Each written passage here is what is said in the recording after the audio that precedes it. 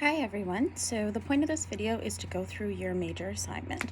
So what I'm going to do is walk through what you have in resources available to you, and then the two main documents that I'm going to be basing my tutorial off of are obviously your instructions, and then a PowerPoint that's available to you on Blackboard about how to about the assignment. So one of the good benefits of doing online is usually that PowerPoint I would have gone into your classes and just used it in about 15 minutes or so to just do an overview of the assignment. But here you'll get a much longer video really walking through. So be sure to watch this whole thing. I'm sure it's not exciting and it's going to be beneficial. And one of the worst things is to hear on the back end, from my perspective as a GA, is to hear on the back end someone who didn't know or didn't understand, and they hadn't used all the resources available to them. So it can be a lot more work on the front end to dig through all the stuff that we give you, and it can probably make things easier and hopefully result in a good end result. So without further ado, a catch-all, just FYI, pretty much 95% of the stuff that you'll want for this course, like if you're ever wondering, where's this thing, where's that thing, where's that document, where's the assignment instructions, where do I submit stuff, where are the quizzes, blah, blah, blah, blah, under resources on Blackboard. I would say that's probably the first place you should go if you're looking for stuff. So, in resources, where you have everything else, the two main things that will help you with this assignment is obviously the major assignment folder and the APA online workshop and resources folder. So because you are psych majors, it's not like in the non-majors where we don't know if you'll ever use APA again. You're psych majors. APA is going to become just like the way that you work. Anytime I make a note in my laptop, it's always like Times New Roman 12-point font. It just kind of becomes part of your lifestyle. So, APA is very important. This assignment is out of 50 points. APA is 11 of those points. So it's just over 20% of your grade is your APA formatting. Super important. In that APA online workshop resources folder, you have the recordings for the APA workshops. So I'm doing this video, it's almost noon on Thursday the 24th. So after today, the recordings will be up in that folder for you to access. Definitely watch those. A link for OWL Purdue for an online writing lab, some links for citation resources, a link for how to do an APA reference page, and then 2 files about APA 7th edition. So in about January, they came out with the 7th edition of APA, and we transferred over from the 6th edition. So for the majority of you that APA, this is your first time using it, it'll be, I guess, easier because you won't be transitioning. Just start with using the 7th. For those of you that, if you have any experience using APA and have used the 6th edition before, make sure to use the 7th. We're marking based on the 7th. So in this APA folder, there's a couple files just on the main transition points going from the 6th to the 7th edition, so you know you're using the right one or formatting it properly. So be sure to look at that. The OWL Purdue, I would say, other than the APA manual, the OWL Purdue is probably my go-to resource for APA. A lot of times if people ask me questions like, how do I cite this thing? How do I cite that thing? If I don't actually know the answer, I just go on OWL Purdue, and then that's how I get the answer that I give to students. So it's a really valuable resource. It's a website, and it's got pretty much everything out there, except for the small little nitty-gritty things that you probably won't need for this assignment. So if you have any questions about APA, I would say look on Blackboard in the resources that you have. Go to OWL Purdue, and then if you or the manual if you have it. And if you still have questions, please ask us. Because you're psych majors, it may be worth it for you to get the APA manual, because you'll need APA a lot in the next few years. That said, for the purpose of this assignment, you can get what you need to get between OWL Purdue and the resources given to you. So if you have any questions about APA in general or the assignment, I would say just be sure to go through everything that we give to you before reaching out. There's myself and 6 or 7 other GAs and TAs available to help you. We all have office hours in the virtual office hour section. There's Dr. Jackson, like, we're all there for you. And if you haven't noticed already, university is really built on the idea of independent learning. So it's a lot of you're given the instructions and then it's kind of like, go figure it out. So if you email us something that we know the answer is there, like say you emailed us saying, what's the page limit or something, and we know those instructions or the answer to that are in your instructions, we're going to refer you to the resources you have first, just to get you in the habit of looking things up on your own, like try to do your best to facilitate your own learning and experience. So look at the stuff that you have first, see if the answer's in there. Maybe you miss it, that's okay. That said, if you find the answer, still don't understand, or if you can't find the answer, or if it's not there, like, please do reach out. It's always better to ask ahead of time than to wish you asked later on. So anyway, moving on, that's APA. Everything for APA is in that folder, or it can probably be found on OWL Purdue, and please reach out if you have questions. The biggest thing is plagiarism, so I'll touch on that again when I get into go through the assignment, but plagiarism will be a 0 on the assignment as a whole, so you really want to make sure you're avoiding that. I'd say the biggest thing with people getting used to APA is learning when to cite. So especially if you've learned other formats before that have different regulations on how often you're supposed to cite and when you're supposed to cite, APA is more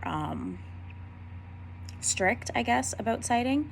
So with APA, you cite anytime you say something from another source. It doesn't matter if you've directly quoted or if you've paraphrased. The information is coming from a secondary source, unless it's common knowledge. And that means common knowledge, like to the entire world, like the sky is blue, the earth is round, that kind of common knowledge. Assume your reader knows nothing. So common knowledge in psychology doesn't count. You still need to cite. So that said, if you have several sources in a row or sentences in a row from the same source, like, say it was Healy Gardner, Healy Gardner, Healy Gardner, Healy Gardner, you can cite just the first sentence or the first and the last sentence. It's been described to me as like a sandwich of sorts, like your first and your last. And the reader can assume everything in between is from the same source. The second there's a new source involved, you have to cite again. So the assumption is when there's a new source, there'll be a new citation. So when in doubt, for this level of writing, for first year psychology, when in doubt, cite. It isn't really until like upper years, like don't quote me, but in my experience, it isn't until you get into more advanced writing that you would ever lose marks for citing too much. But it can cost you a lot if you don't cite when you're supposed to. So anytime you say something from another source, unless it's very common knowledge, you can, if it's multiple sentences in a row from the same source, you can do like just the first sentence or the first and the last sentence. If you paraphrase, that means you're putting it in your own words. That doesn't mean you've just changed 1 or 2 words here and there, like a synonym. That means you've actually taken it in and put it in your own words. If you only change a word or 2, or you don't change anything, it has to be in direct quotes. So you'll see in your rubric that if you rely on direct quoting, so I don't mean just doing it once or twice, but if you heavily rely on direct quoting, you'll lose marks, because we want you to actually take in the information and explain it to the reader. If you just use direct quotes a lot, it starts to look like a patchwork quilt of quotes, where it's not plagiarized because, they're cited and everything, but it's not your own work. It's not actually your paper. It's just copy and pasted information from someone else. So unless you absolutely cannot say it another way, paraphrase it instead. That said, unless you're actually putting it in your own words, like if you're only changing a word here or there, that's not paraphrasing, that's direct quoting, and it needs to be in quotation marks. Otherwise, it's a lower form of plagiarism, but it is still plagiarism. Because if it's in direct quotes, that's saying it's, so-and-so's information and it's their own words. If it's paraphrased, you're saying it's their information, but it's my words. So if you don't have direct quotes, but you haven't put it in your own words, then you're essentially communicating that you're giving credit for their information. Like if you do cite, you're giving credit for their information, but you're stealing their words. So APA is very specific and very strict on that. So if you ever have any questions about that, reach out. But any plagiarism like that, you're going to get a 0 on the paper, like the entire paper. And at a minimum, you'll be getting a 0 on APA, which is 11 points out of 50 lost. So be sure to just be careful on that. And I don't say that to scare you. Just in my experience, it's probably the biggest area that people lose points on. So better to be safe than sorry. So moving on. Going back into resources, and now we are going into the major assignment folder. So it's due November 2nd. In this folder is everything you need for the assignment, with the exception of maybe some extra APA help. So you have your major assignment instructions. There's 2 documents there. They're the same document. It's just they're in a Word format and a PDF, depending on your style. The instructions, as you'll see and as I'm about to get into, are very detailed. So from my standpoint, I could see them as almost being overwhelming because there's so much information. So if you need to, just maybe read it over once, then walk away, then come back to it. Like if you need to take some time to read it carefully, slowly, that's fine. Do what you need to do. Don't be overwhelmed. And you most likely will never get this much guidance again for a paper, at least in psychology, based on my own experiences. So take advantage of this. You'll see that you even have example paragraphs of each section of the paper. Everyone writes differently. I wrote those example paragraphs, so that's my style of writing. You won't look exactly the same, and it will give you an idea of how to formulate each section of this paper. So I apologize in advance if it is overwhelming, and really take advantage of how much is given to you, because you'll probably never get that much detail again. So you have your instructions. Overview of how to do this assignment is the PowerPoint that I referenced and that I will follow in this video. There's APA title page example, so that's the APA 7th edition. Example of a scholarly journal article with an experiment, so I'll get into that more in a moment when I go over the instructions. But this is an example of the type of scholarly journal article that you'll be using in your paper. So you'll need 5 of these. So that gives you an idea of what to look for. And you have your submission instructions and your submission area. So it's pretty simple. You just click on the submission area and then you attach a document and submit. You can submit more than one attempt, and we'll mark the most recent one, because if you submitted more than once, that probably means the earlier submissions you don't want us to look at. So I will say just try and prepare as though it was your one and only submission. So don't submit until you think you're ready, just to avoid any instances where you're almost editing as you go and submitting new ones and new ones and new ones. Like I've had 10, 11 submissions from one person before, which is totally fine. It doesn't hurt anything. It's just to save yourself extra effort and stress and any possible confusion. Just try and wait to submit until you think you're ready. But that said, you can submit more than once if you need to.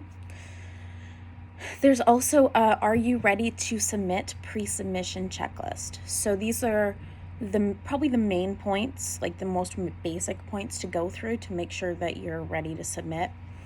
So is the document saved in doc, docx, or PDF format? You're submitting in Blackboard, it pops up in Blackboard and we mark within Blackboard. The program used to generate the paper so we can read it can only read like Word, docx, or PDF documents. So it has to be one of those formats. I'd say the most common issue is Pages. I believe I'm a PC person, but I believe that's a Mac format. So if you use like Pages or something, it won't be able to come up. And depending on what format it is and the type of computer that the GA marking it has, they may not even be able to download and open it on their own computer. So if they can't open it, they can't mark it. So it has to be one of those formats. If I would say, as a grad student, I've never really had to submit very much on Blackboard, but my experiences submitting and as a GA, when you submit, not only should you get like a confirmation that your submission went in, but after you submit, don't just submit, close the internet and walk away.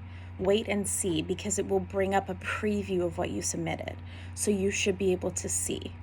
So even if you forget and say submit something as a Pages document or something that's not a doc or a PDF, you should see that the Blackboard can't generate the paper. So then you'll know that, this error is here. So after you submit, wait a moment and make sure that preview pops up properly. If anything goes weird, shoot me an email, let me know. Occasionally, like maybe 5% of the time, Blackboard, when it generates the paper, it kind of screws with the formatting a bit. So for example, maybe it starts like too far down the page or something weird. If that ever happens, just shoot me an email with your original paper and just say like, Blackboard screwed up, this is what it's supposed to look like. And I'll let the GA know just so you don't lose marks on it or anything. But you won't know any of that unless you actually stick around long enough to look at the preview. Also do that to make sure that you uploaded the right document. So, occasionally someone might not click the wrong document and upload the wrong document. So they might accidentally upload the instructions and not their paper, or just their references or a rough copy, like something obviously that isn't their paper. And if you don't look, when the GA goes to market, it could be like a week and a half after the deadline. And at that point it gets tricky because now like all this time has passed. So just make sure. Otherwise, is it saved in doc or PDF format? Do you have a APA 7th edition title page? So I'm saying it here. It's in your instructions. It's all over the place. I'll probably still get emails about it.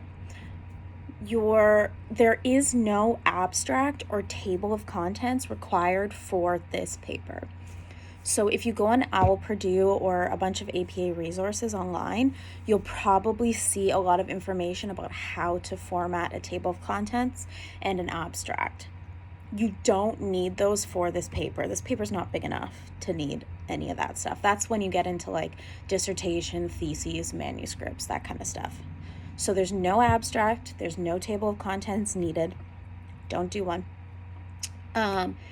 And the title page and the reference pages have to be in APA 7th edition format, but they do not count towards your page limit.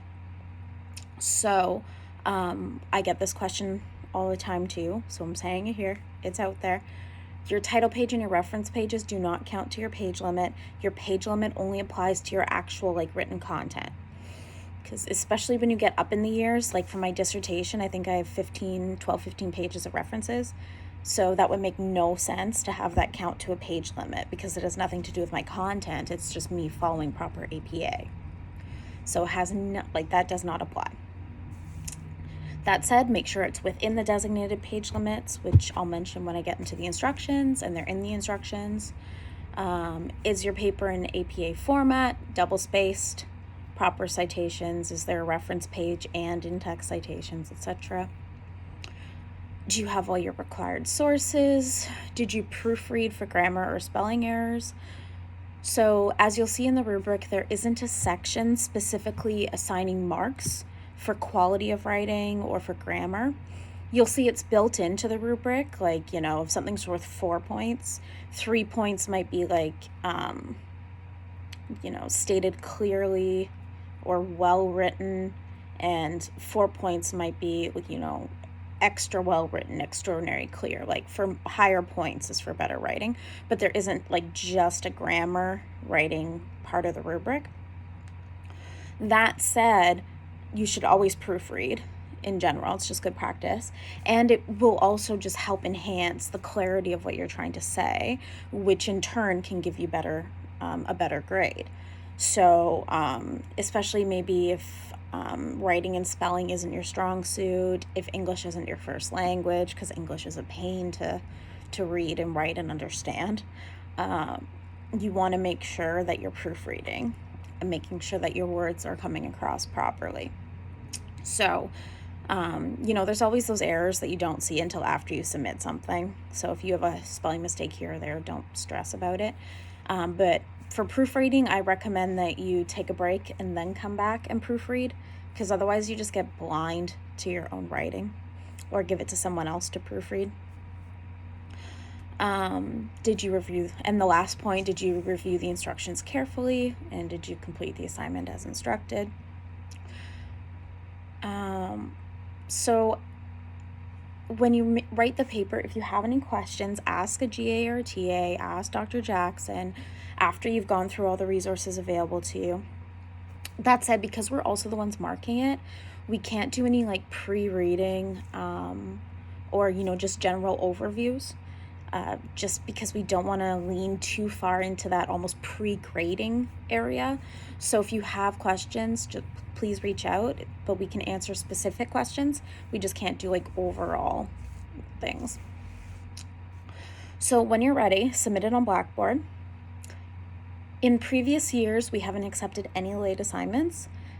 This year we are. However, if it's a second late, if it's a minute late, you automatically lose 10%, which equates to, when it's out of 50 points, it equates to you automatically lose 5 points. So the portal will still exist after 4 p.m. on the 2nd, but the second it hits 4 p.m., it'll be labeled as late. You can't, we won't be able to miss it. It'll come in big capital letters that it's late. So starting at 4 p.m., it's labeled as late, and that costs you 10%, so 5 points.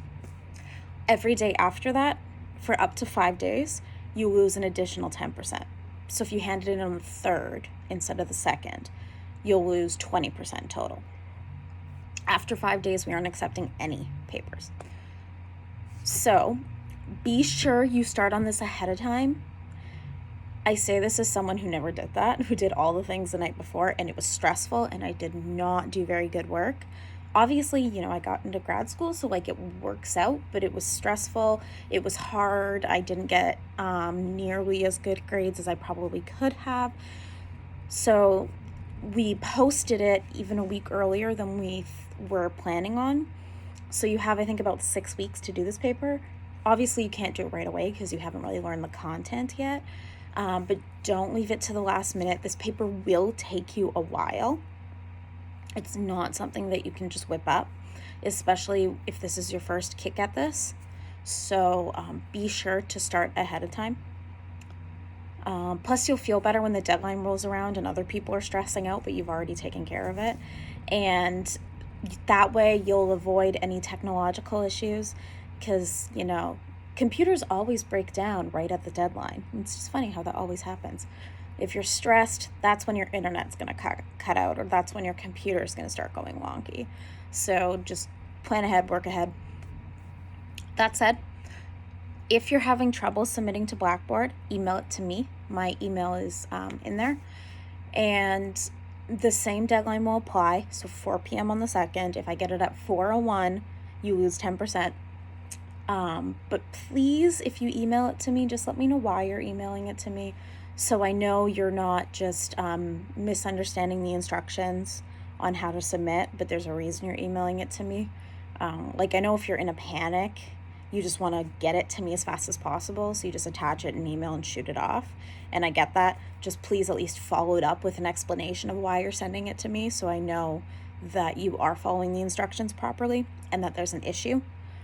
Otherwise, I'll just say, why do I have this submitted on Blackboard? So email it to me if there's issues, and just let me know that that's why you're sending it in. The same deadline applies. And if you do have to email it to me for any reason, because it won't be in Blackboard, I'll email it to the person marking it, and your final score will go into Blackboard, but then they'll email you the paper with your mark and feedback. So you won't get it the same way because it won't be marked in Blackboard, but your final grade will appear in your grade book, and then you'll still get feedback emailed to you, so you don't have to worry about that. So that's the pre-submission checklist. So now going into the big stuff, so the actual instructions. So your psych majors, and some of you will go on to do a thesis. A lot of you will go on to do some sort of research class, and for part of that, I believe you'll have to write a research proposal. So this is basically designed to be a baby version of a research proposal without designing an experiment.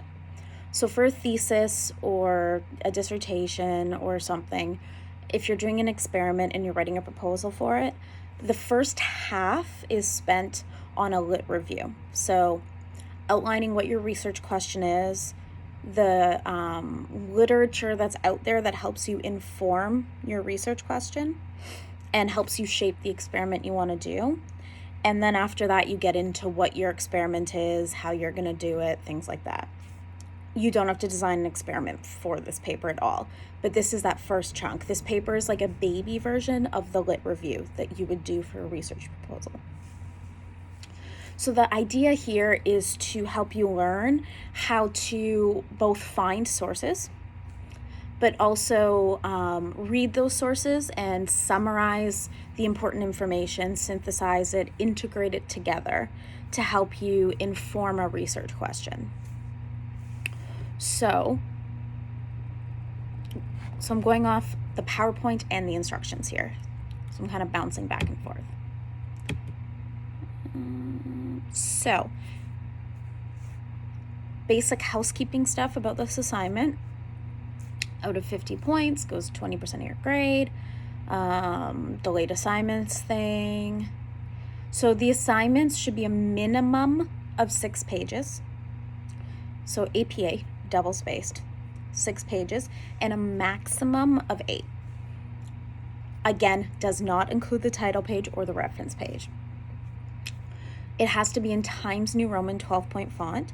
So I know for APA, Times New Roman 12-point isn't the only allowable font.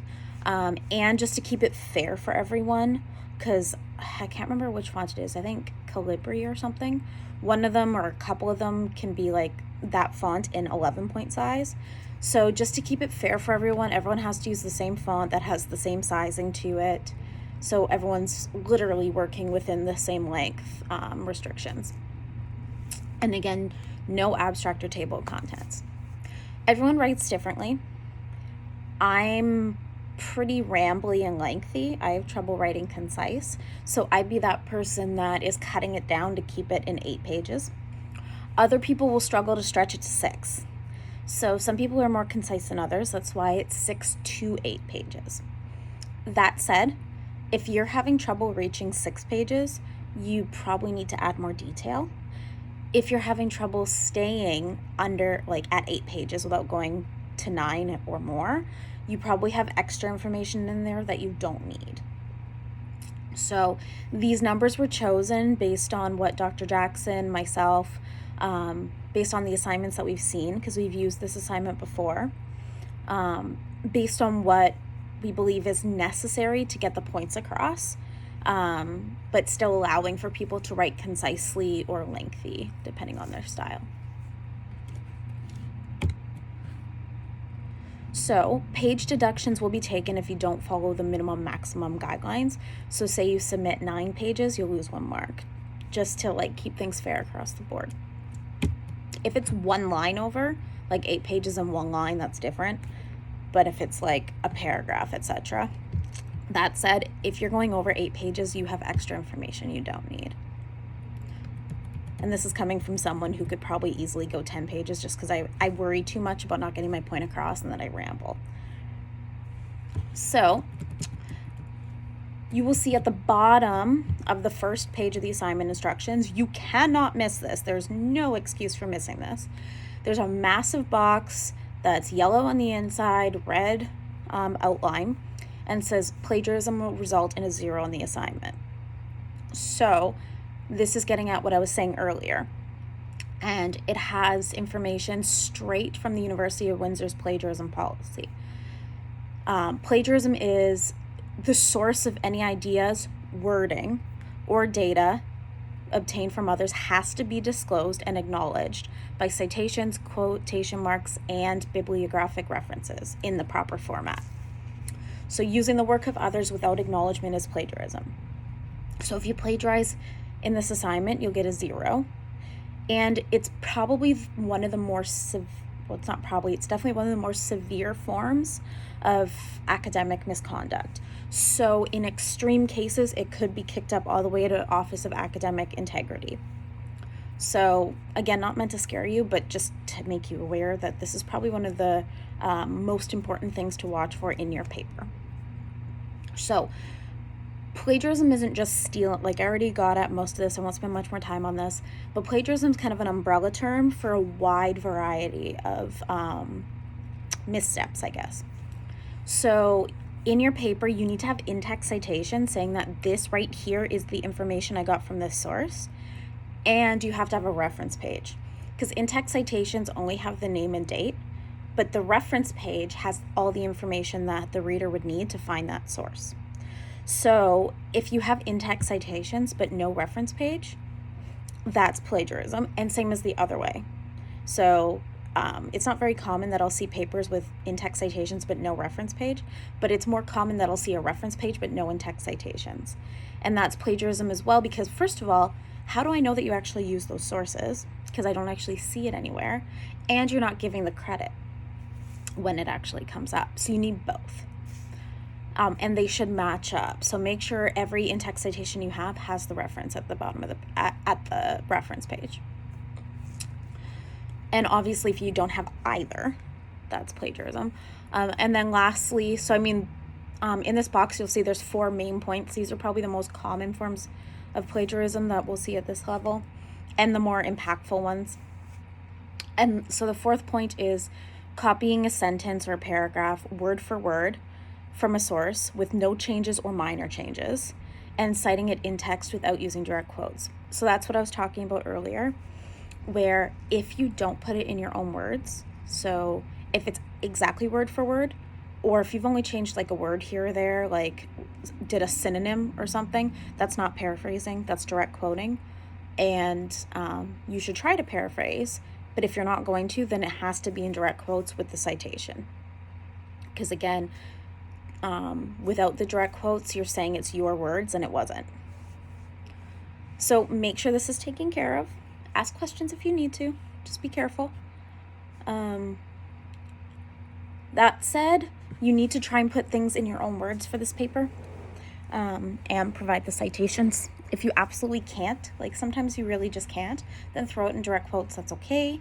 But that should be a last resort. You should be trying to paraphrase, because it makes the paper more your own. It shows me that you read the stuff, because if you can explain it to me on a paper or verbally, it shows that you understand it and you've really taken it in. So going on to the actual instructions.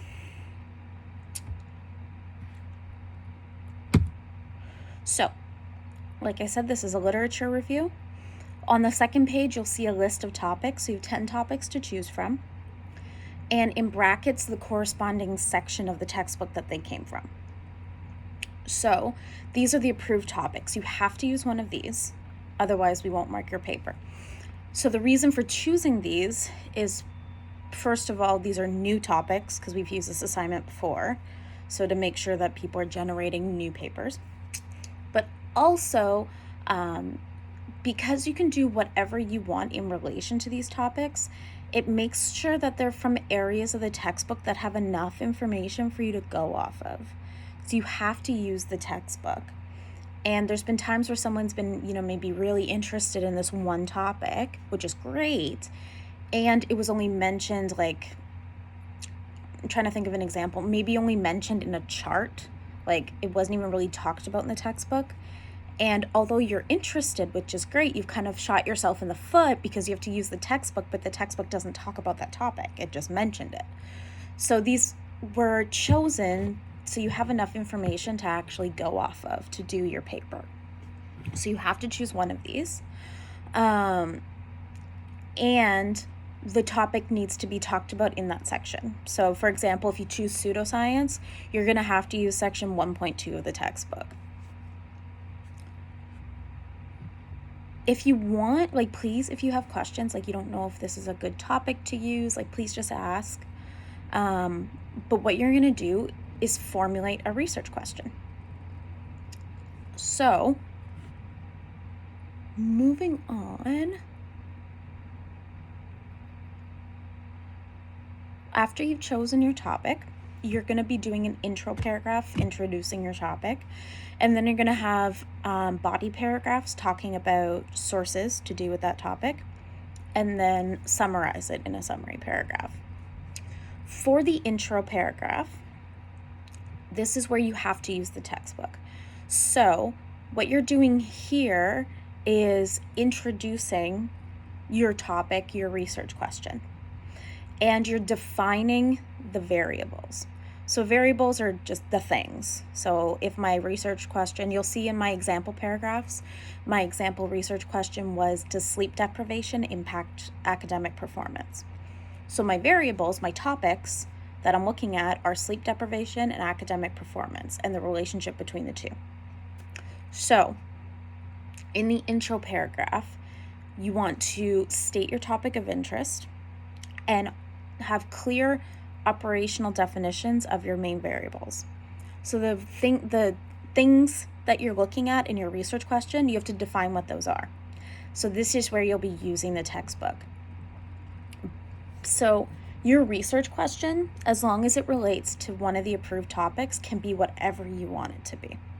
That's where we're giving you the creativity to actually do something you're interested in for this paper and not just something you have to do. So for example, if you use pseudoscience, so section 1.2, you can do any research question to do with pseudoscience. So how does pseudoscience impact religious beliefs or political beliefs or shopping, whatever you want to do in relation to pseudoscience. So because you're defining variables, you're using secondary information, so be sure to cite where you're getting your information from for your definitions. You state your topic of interest, clear operational definitions of your main variables, and lastly, be sure to clearly state your research question. So usually in academic writing, you don't want to use personal pronouns, so you're just reporting the science, because feelings, humans, human experience should not be part of science. It should be objectively reporting on the facts. So, for example, stating a research question without using personal pronouns, you could say something like, so it's very important to understand the relationship between sleep deprivation and academic performance. I didn't put myself in there, and I clearly said that that's the research question. That said, at this level, I think I even use it in my introductory paragraph example. So my research question is, how does sleep deprivation affect academic performance? So I'd say it's good practice to try not to use you, any personal pronouns. That said, at this level, it's in my example, that's okay. You're not going to get in trouble. I would say just for the introductory paragraph, though, because I don't think I use it anywhere else. And that's really the only time that I would say it's probably tough to put it any other way at this level of writing.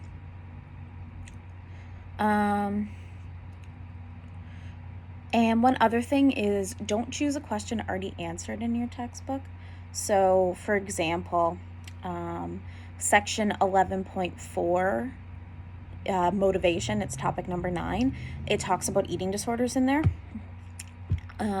So if you chose to write about like anorexia or something, if your research question was, what are the symptoms of anorexia?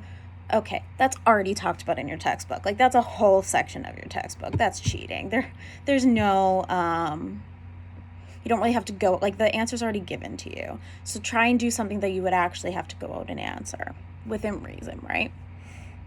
So if it's already answered in your text, if you finishing your chapter, like just doing your daily, weekly readings, answers your question, try and go a bit beyond that. Like, actually try and make this a learning experience for you, because that's really the point at the end of the day.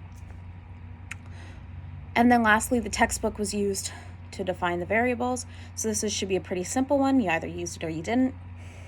It doesn't matter what edition of the textbook you use. Dr. Jackson this year didn't make it required that it had to be the Revel 4th edition. So if you have the 3rd or 2nd, whatever, that's fine. If you use the Revel, cite it as though it was a physical book. So just to keep things easy, because Revel isn't an ebook, but it's not a physical book. Like, it's kind of weird in the middle because it's an online platform. So to make life easier, and this is in your instructions highlighted, just cite it as though it was the physical textbook. That'll keep it on level playing field with anyone using older versions of the text too. So that said, you're going to need the correct copyright year for the book.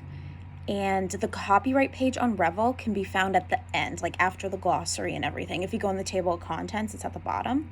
So it's that same copyright page that is usually one of the first pages in a physical book. You'll find it at the end, but it is there. So be sure to look there. So a proper introduction has a thesis statement that introduces the topic with a concise operational definition. So if you're like me, I found it difficult to make that switch from just writing to scientific writing. Scientific writing isn't pretty or flowery or like metaphorical or imagine this. It just gets to the point.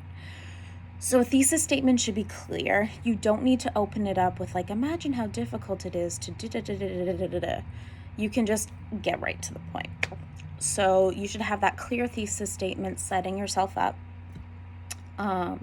Include information about the topic, offering a research question that later you're basically going to back up with your sources. So again, my research question is, how does sleep deprivation impact grades? My 5 sources are going to help inform that research question. Don't include anything you're already going to talk about in your lit review. Just add like any relevant general information. So scientific writing is allergic to repetition. So if you're already going to say it down below, don't worry about bringing it up in your intro paragraph.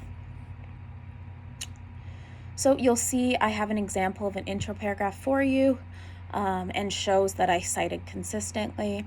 And there's also some tips on how to make a research question. So again, if you want, you can always shoot the research question to one of the team of GAs and TAs. Quick point, not your mentors. Like, your mentors are very qualified. Some of them have done this assignment. They're smart. They know their things, but they're not marking the assignment. So you'd probably be safer to go to the GAs and TAs that are actually marking it, just to cover your bases. But anyway, if you have questions about your research question, please ask. So the easiest research question is just like trying to connect 2 topics. So how does X relate to Y? It's not the only research question out there, and we don't have any requirements about what your research question is, but it's probably just the easiest one to come up with. So how does sleep deprivation relate to grades? How does apples relate to oranges? Whatever. Like, are this and this related? Do levels of this thing impact levels of that thing? So, pick one of the approved topics and say, how does that relate to this thing? It's probably the easiest one to come up with. And those will be those variables that you define in your intro paragraph. So how does this relate to this? This and this are your variables that you're going to define. Then, so in a research proposal, you open up with that intro paragraph saying, this is the thing that I'm wondering. I'm wondering if these things are related. This is my question. If you were actually going to design an experiment, you would then go into the literature and see what's already been done. Replication isn't a bad thing, like if you do something that's already been done. And you don't just come up with, it's not a bottom-up approach. It's not a bottom-up approach. You don't come up with an experiment and then add in the literature that helps. You go out there, you read the literature that exists to help teach you about what's already known and how, not just what's known, but how they found it out. And it helps you construct your experiment. So if I wanted to look at sleep deprivation in grades, I would go into the literature and see that most of them maybe had students keep a sleep journal of how often they slept, and then had them report their grades. And I could go, oh, so that's how I can study it, for example. So the purpose is to inform you on your research question on what's out there already to help direct you to what you want to do now and where to take it. Because even if it's just simply replicating something that already exists, because maybe it was a one-off, maybe those results aren't real, or coming up with something new, you need to know what's already out there to teach you on where to go now. So that's what your body paragraphs are for, but they're much simplified for your for first year paper.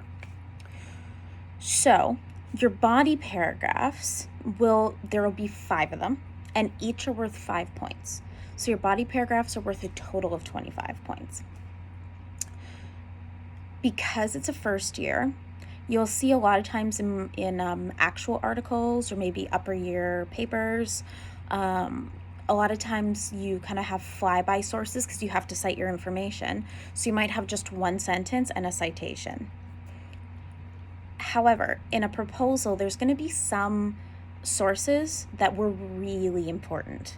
So they get much more than one sentence. They get like a whole paragraph talking about the study. That's what we're teaching you to do here. So you're going to find 5 journal articles, and you're going to read them, pull out the relevant information, and each article will get its own body paragraph. So we want you to learn how to read an article that has an experiment in it and extract the important information. And in a nutshell, the important information is what they wanted to look at, how they did it, what they found, what it means for you. So because of that, you want to make sure you're selecting 5 articles that have an actual experiment in it. Because people can publish articles that are just a review, so just kind of letting you know where the current state of affairs is, like what the current information is on a topic. However, that's useless for you in terms of this assignment.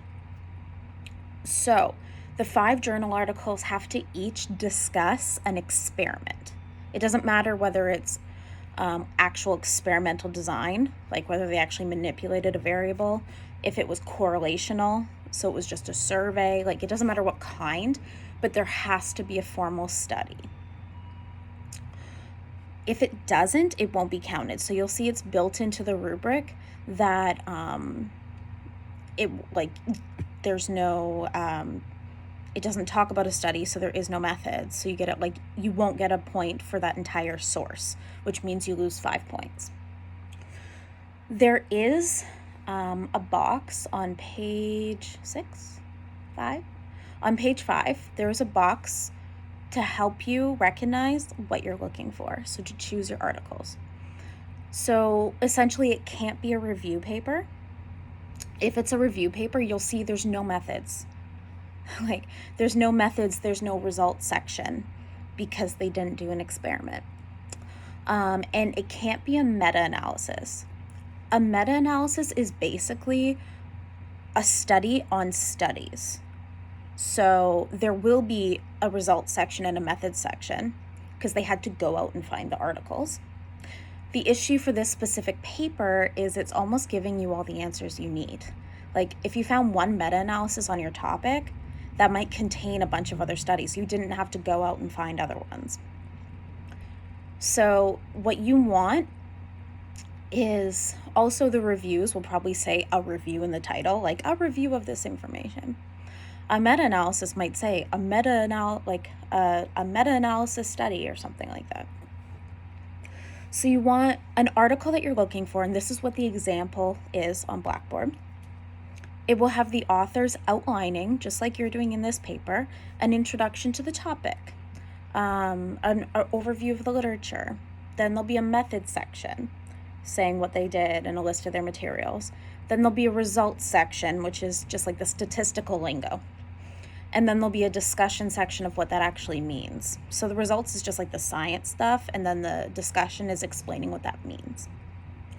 And then there'll be a section on future directions, like where do we go from here, limitations on this study. So you're looking for something that's formulated like that. You don't want the meta-analysis that the study is combining and looking at a bunch of other studies. And you don't want the review article that has no study, it's just reviewing existing information. If you have questions, like fire the article off to a GA and TA and be like, is this okay? Can I use this one? That's fine, do it. And make sure it's a scholarly journal article. So not just from a regular website. So use the Letty Library website to go through to like PsycNet, use Google Scholar, use Scholars Portal, but it's got to be a scholarly journal article so we know it's good, solid science. So, like I said, you're going to have one source per body paragraph. You're just going to dedicate the whole paragraph to this source. You can have more if you want. People always ask, like, is it okay if I have more, if I use other citations?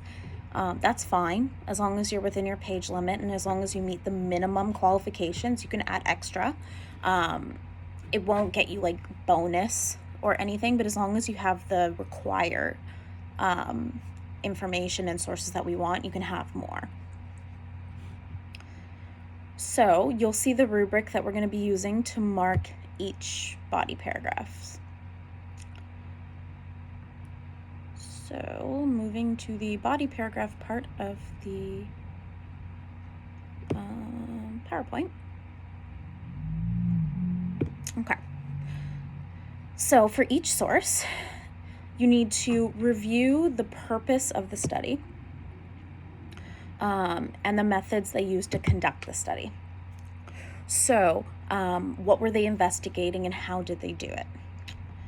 The summary should be brief. So this is only one paragraph per source. And remember, a paragraph can be defined as like 4+ sentences. So paragraphs don't have to be long.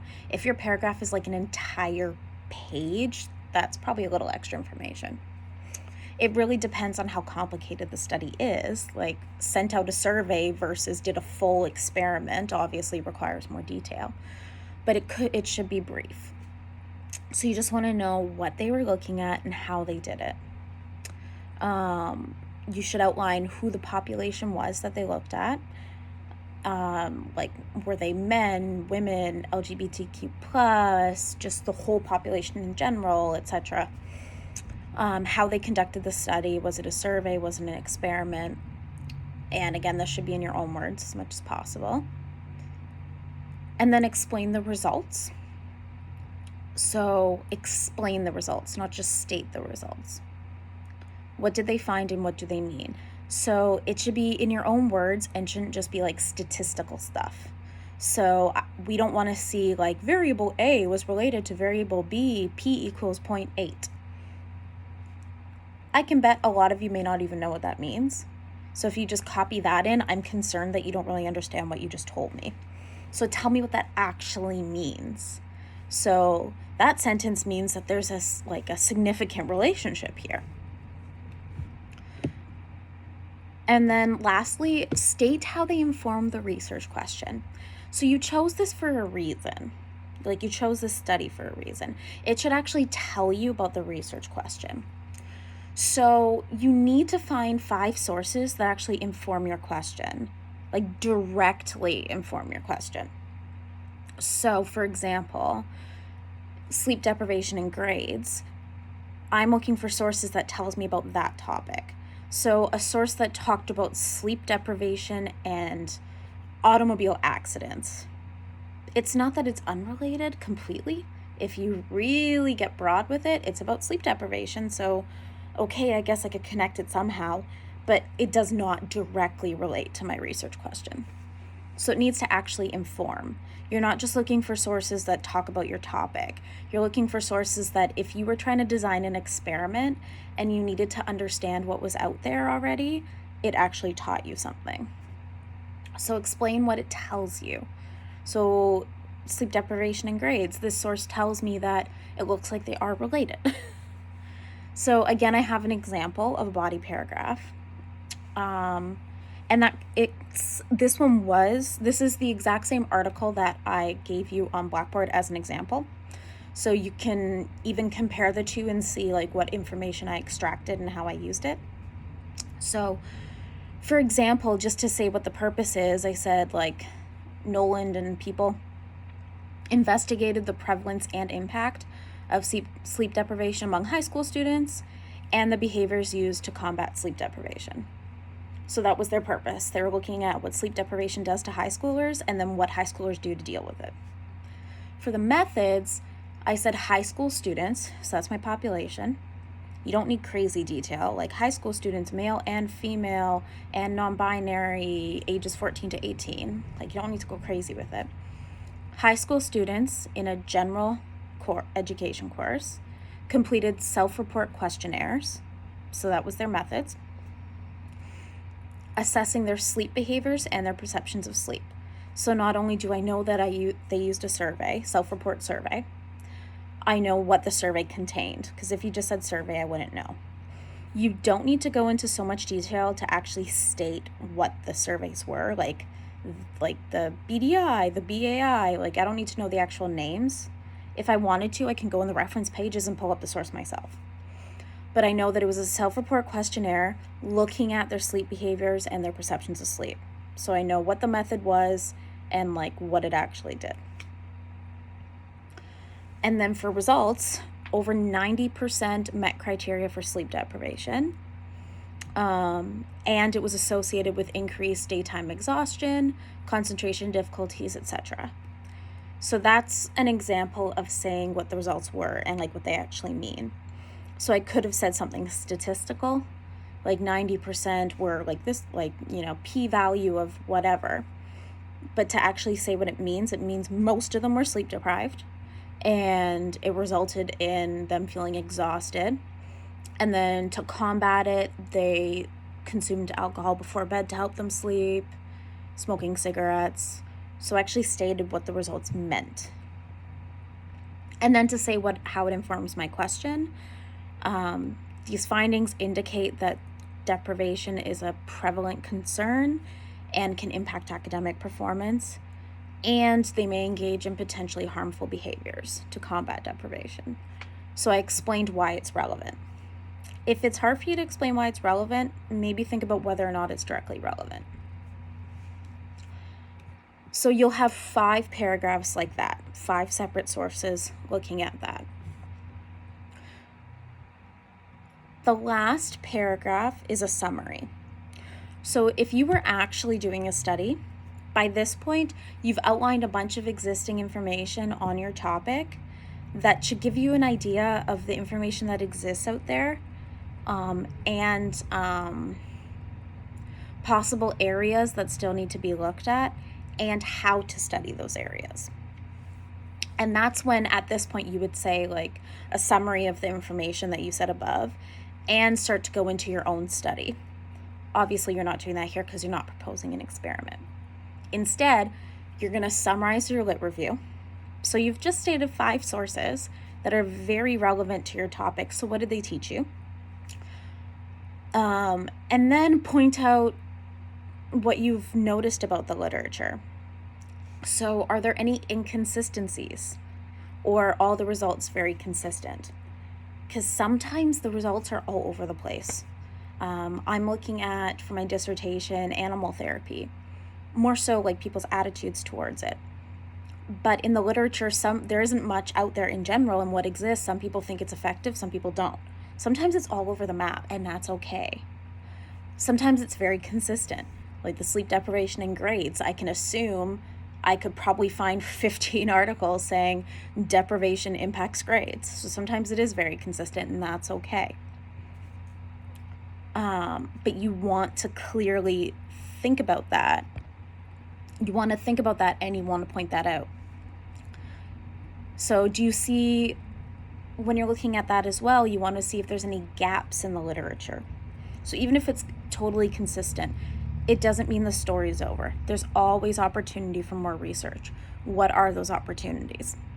So this is where, hypothetically, if you were making your own study, you would say, there's this gap here. I'm going to fill that gap. This is where my study is. Ta-da.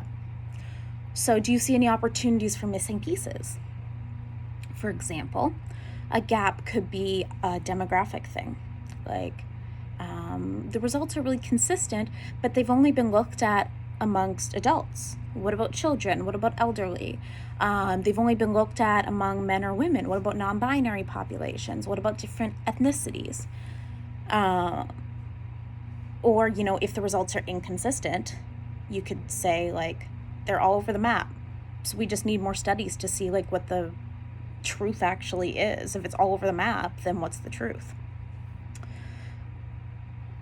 So you want to point that out to see that you're thinking critically about where you could move forward with this topic. And then lastly, because you're not trying to design your own experiment, what you're going to do instead is suggest some future direction. Like, where would you take it now? But you don't have to come up with it yourself. Summarize future directions on the topic that you got from the 5 sources. So you'll see at the end of every journal article, there's an area where it talks about considerations, future directions. In there, it will usually address the limitations of the current study, because no study's perfect. So for example, they may say, we only looked at women. What about everyone else in the world? So you're going to look at those sections and suggest some areas that future research could look at. So again, I have an example. And then underneath the example, I have some examples of consistencies, inconsistencies, gaps to think of. So consistencies, do they all indicate the same result? Do they all look at the same population, or did they look at a diverse group? Did they all investigate in the same manner? So that's a big one. So if they all use self-report questionnaires, that's good, but you can't infer cause and effect from a correlational, like, survey study, right? So that could be a huge area for more study, is we don't actually know if A causes B, we just know they're related. And then inconsistencies, gaps, so like, are the results conflicting? Is there an area of study that's missing? So an easy place to look for gaps is demographics. It's not the only place, but like, if you're looking for some place to start. So you basically want to look for where to take it further. And then lastly, the APA format. So again, another warning about plagiarism. So that's that in a nutshell. I'm just going through the PowerPoint to see if there's anything else to add.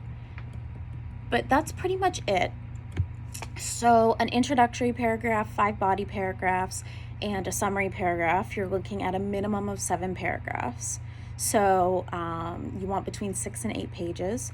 If you have any questions, especially if you don't know if your topic is workable, like too narrow or too broad, if you don't know if your article is a good article, like a usable one, like it's not a meta-analysis, it's not a review paper, I'd say that's probably going to be a pretty difficult one at your level to figure out, especially if you're completely new to scientific articles. So feel free to shoot them to GA and be like, is this an example of an article that isn't a review, isn't a meta-analysis, has an experiment, I can use it. Again, if you need extra sources, or if you have extra sources you want to use to support your point, or maybe like you knew something, but you know it's not common knowledge. So like, I I'm a clinical psychologist, like I'm training to be a clinical psychologist, so I know the definition of depression or an eating disorder, but I know that's not actually common knowledge. So if you need to throw a citation in there, go for it. Make sure it's in your reference pages, make sure you cite. Having extra stuff is fine. You just have to make sure you meet the required sources. So in this case, the required sources are the textbook and 5 scholarly journal articles with an experiment. So that's your assignment in a nutshell.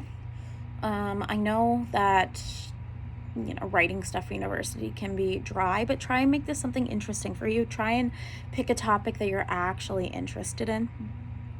Ask questions if you have them. Otherwise, get started on this as soon as reasonably possible. University, you get a lot of deadlines in advance, and you're like, oh, I don't have to worry about that for a while, and then everything hits at once. So try and plan to do a little bit at a time. You'll do better work, and you'll be less stressed that way. But otherwise, good luck, and reach out if you need anything.